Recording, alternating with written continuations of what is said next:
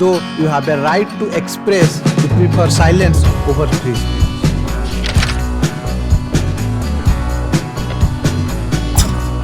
Hello everyone, I am Soumyaranjan Pati. Welcome to Soumya's Diary.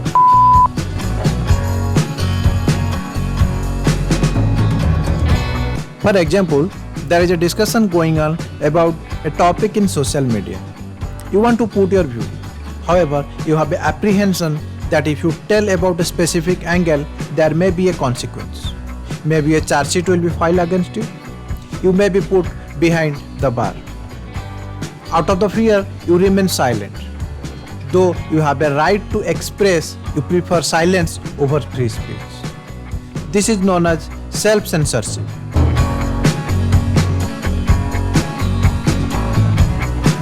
When public authorities or piece of legislation promote the climate of self-censorship, this is known as chilling effect. Let's explore in detail. In Indian Constitution, fundamental rights are not absolute. There are reasonable restrictions for fundamental rights. For example, look at the Clause 1 of Article 19. It provides you rights. However, the subsequent clauses provide you the limitations. These limitations should be reasonable. Standards like public order, morality, decency are mentioned here. Assume a piece of legislation where such standards are not mentioned, nor a common human being can recognize the boundary of such limitations. In such a case, it is easier for the executive to exploit the loophole and manipulate it as per own interest. For example, it may charge you on sedition. It can apply Unlawful Activities Prevention Act, National Security Act. In our previous videos, we discussed about how rights are denied under such acts. Thus, there will be a fewer factor to express freely. So that brings the chilling effect. Let's discuss how such effect come into pictures in detail.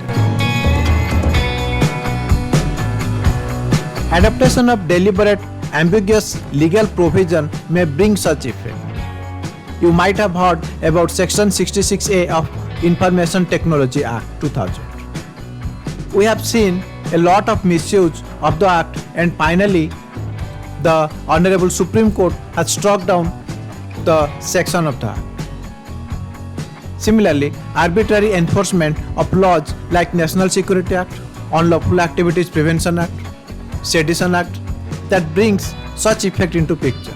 You might be reading about this in the newspapers nowadays. They are flooding the editorials. Similarly, adaptation of disproportionate sanctions, like targeting a particular section of the society with such act, for example, targeting the opposition leaders, activists, journalists, that brings the effect into picture.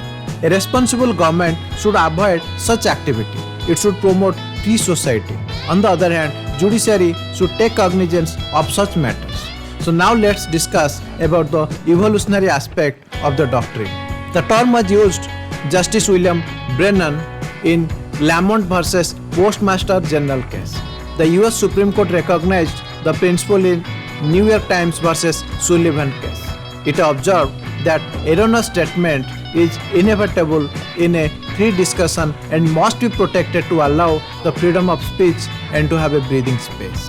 The concept was well recognized in India in R. Rajgopal versus State of Tamil Nadu. However, Honorable Supreme Court viewed that law should be construed in a manner so as to avoid chilling effect over freedom of speech and expression. In Shreya Singhal versus Union of India, the Honorable Supreme Court struck down Section 66A of Information Technology Act on the same ground. I hope you got an overview on the topic. So thank you very much for your precious time. Thank you very much for your precious time. If you like the content, please like, share and subscribe to my channel. Such value-added content, stay connected to me.